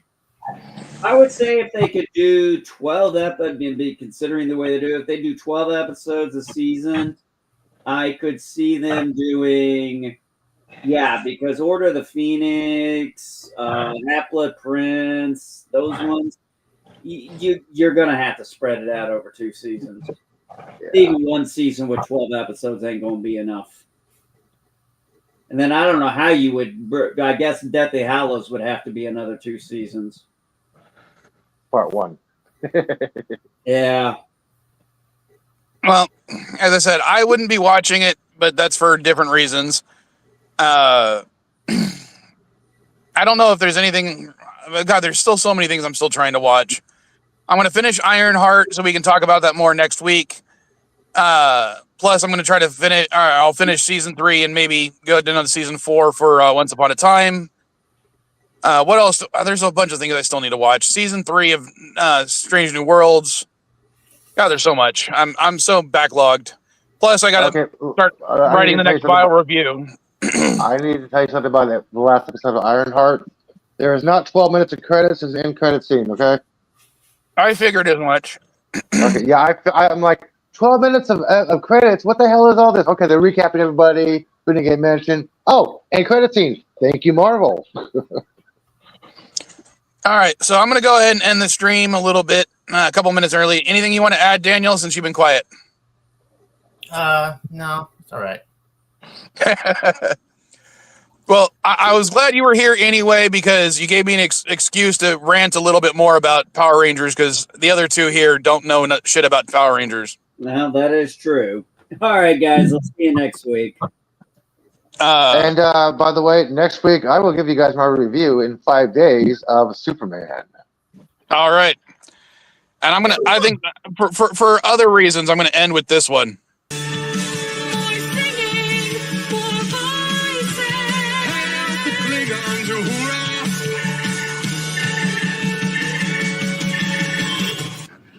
Bagda tumo shoja duo yaja ke o yaja ke o yaja ke o.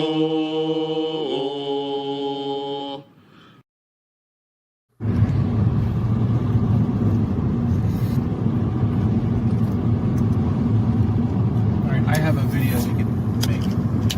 Don't open it with your teeth. Damn it, child. Ouch. Plus that little smile and burp at the end, right? Yeah, like, ouch, kid. But, yeah, Daniel, if you don't know, one of the reasons I play one of those clips at the end is that way I can still argue that a Vile Child was still on the stream to justify the theme song that still uses the Vile Child. You know what? Oh, we got We're still live. Yeah, I know we're still live. Daniel was going to say something. Yeah, well, all right, first of all, I got to say, did you hear Julian McMahon, the guy who played Dr. Doom in the Fantastic Four movies, sadly passed away? Yeah. No, I hadn't heard that. Balthazar and Charmed, yeah. Oh my God, it's so terrible. Yeah, cancer. Yeah.